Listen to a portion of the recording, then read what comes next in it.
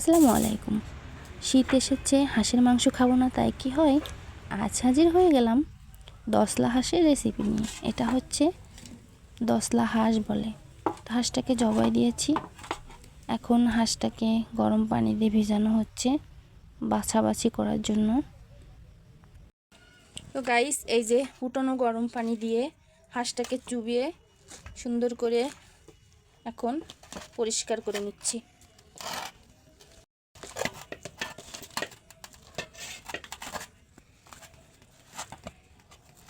হাঁস সুন্দরভাবে গরম হয়, দেখেন খুব সুন্দর পরিষ্কার হয়ে যাবে। এখন একদম ঠিক মতো গরম পানি করা হয়েছে, ডলা দিলেই উঠে যাচ্ছে। তো হাঁসটা পরিষ্কার করে নিয়ে নিই প্রথমে। গাইস, হাঁসটা কিন্তু সুন্দর করে আমি পরিষ্কার করে নিয়েছি। এবার কিন্তু হাঁসটায় আমি হলুদ লাগিয়ে নেব। হাঁসটা আমি পোড়াবো, তো হাঁসটা যদি হলুদ মাখিয়ে নিই তাহলে কিন্তু কালো হবে না পোড়ালে, সেজন্যই কিন্তু হলুদটা আমি মাখিয়ে নেব। শীতের সময় কিন্তু হাঁসের মাংস বেশি মজা লাগে, আর শীতের সময় হাঁসের মাংস সবাই খুব পছন্দ করে খায়।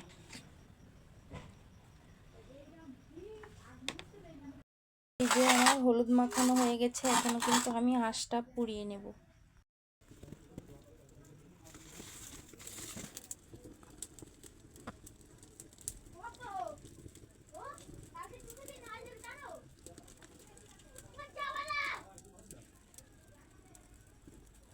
বন্ধ করে নাও।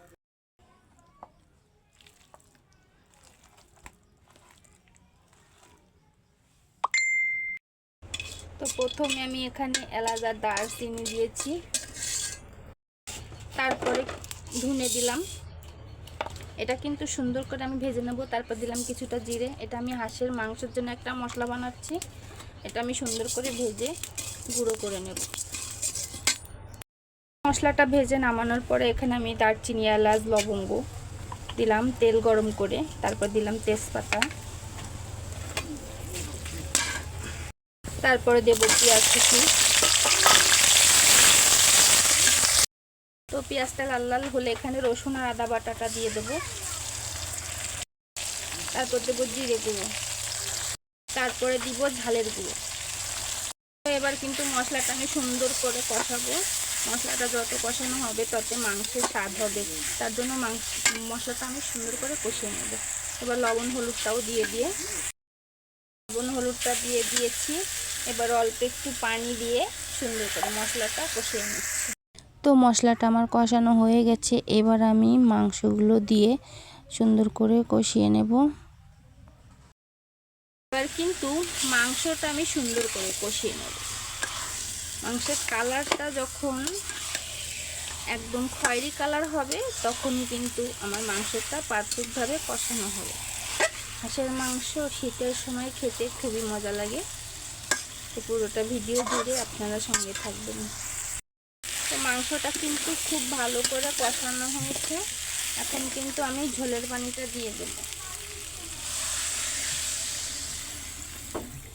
ঝোলের পানিটা একটু বেশি দিতে হবে, হাঁসের মাংসে কিন্তু একটু জাল বেশিই লাগে।